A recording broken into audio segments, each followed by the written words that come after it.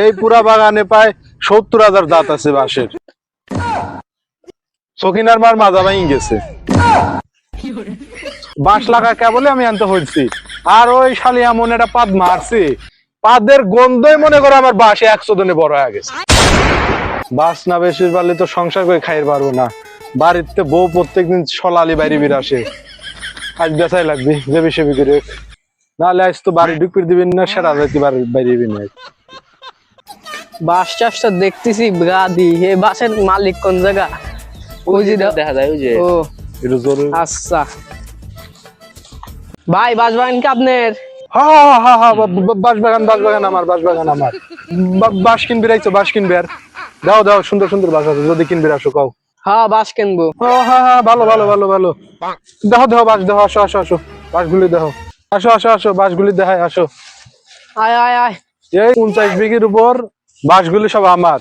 বাংলার মানুষ আমার এত প্রকার বাঁশ দিছে যে আমি বাঁশের খ্যাতি বানা হলাইছি আমি। এই বাংলাদেশের প্রায় 80% বাঁশ আমার আনতে যায়। দেখো কোন বাঁশ লিবা, মজবুত বাতাসে। এ বাস কয়টা করে? বাঁশ কিন্তু আমি পিস হিসেবে বেচবো না, জোর হিসেবে বেচবো না, আমি জাত হিসেবে বেচবো। এতকাল আমের জাত শুনলাম, লিচুর জাত শুনলাম, কাঁঠালের জাত শুনলাম, বাসের নাম তো শুনিনি একবারও। এইটা হচ্ছে স্পেশাল বাঁশ। যে আনি যা কবে যে বক্কারের বাঁশ আর করা বাঁশ, আমার বাঁশের জাত আছে, আর আমি জাত ছাড়া হিসেবে বেচি না। এই পুরা বাগানে প্রায় 70,000 দাঁত আছে বাঁশের। 70,000 বাস? এইটুক বাগানে 70,000 বাস আছে? হ্যাঁ আসো, আমি তোমার দাঁত দেখাই। তাহলে দেখান। এই যে এদের দাঁত যা দেখতেছ, হ্যাঁ সখিনার মার মাজা ভাঙি গেছে। সখিনার মার মাথা ভেঙে গেছে মানে? এ জাতের কি কোনো রহস্য আছে? হ্যাঁ রহস্য আছে, দিই তো করছি। তাহলে রহস্যটা কোন? সখিনার বাপ হ্যাঁ যেদিন হচ্ছে বিয়ে করছে, তার পরের দিনকেই আমার এনতে বাঁশটা কিনে নিয়ে গেছে। কাঠের নিচে মাছা, ওই মাছাটা বানাইছে বাঁশ দিয়ে। মাছাটা বানা বাঁশটাতে এমন ঠাপ দিছে, এমন ঠাপ দিছে যে ঠাপের শুধু সখিনার মার মাজা ভাঙি গেছে, আমার বাঁশের কিছু হয় নাই। এই কারণে আমি জাতের নামটা দিচ্ছি সখিনার মার মাজা ভাঙি গেছে। খুব ভালো বাঁশ, খুব ভালো বাঁশ। নিবে নাকি? হ্যাঁ। এই বাসের দাম কত? তুমি এই বাঁশের দাম বাবু 110টা পিস দিও নি।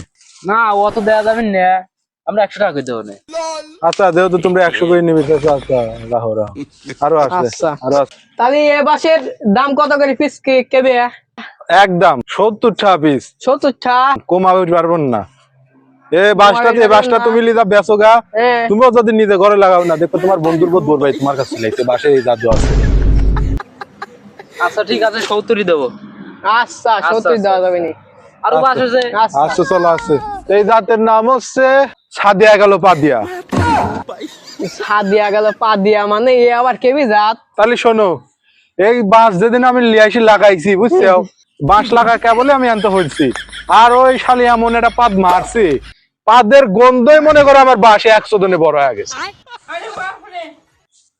100 জনে বড় গেছে? হ্যাঁ, তো তাহলে ভাবো এই জাতের কতটা পাওয়ার। হ্যাঁ এই জাতটা নেওয়া উচিত। এটার দাম কত কেবি? 10,000 টাকা দিও। না বাবু অত দিবে পারবো না। কত? 2,500 টাকা দেবো না। 5,000 টাকা দিও। আচ্ছা আচ্ছা ঠিক আছে। হ্যাঁ সবটা তাহলে বুঝে পাইছি। হ্যাঁ সবটা আমি বুঝে পাইছি, সবটা আমি বুঝে পাইছি। তাহলে কালকে এসে বাস কাটি নিয়ে যাবো না? হ্যাঁ বাঁশ কাটার আগ দিয়ে আমার একটু ফোন দিও, আচ্ছা যাতে আমি দেখতে পারি। তোমরা আমার এই জাত না ছুঁয়ে আবার আর এক জাত যদি ঠাপা দাও, তখন আমার দ্বিগুণ লস হয়ে যাবে।